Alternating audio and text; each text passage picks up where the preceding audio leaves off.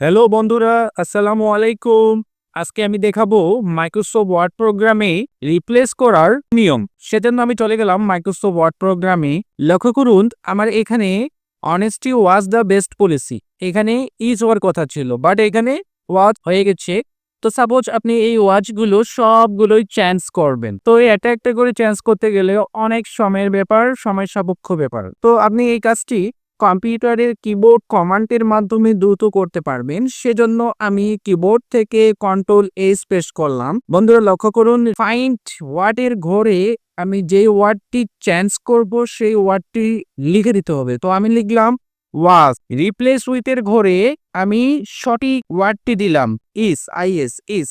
দেন replace অলে click করলাম, দেন ওকে করলাম। দেখুন বন্ধুরা, মুহূর্তেই আমার কিন্তু সঠিক সেন্টেন্সে পরিণত হয়ে গেছে। দেখুন ইজ চলে আসছে, সবগুলোতে ইজ চলে আসছে।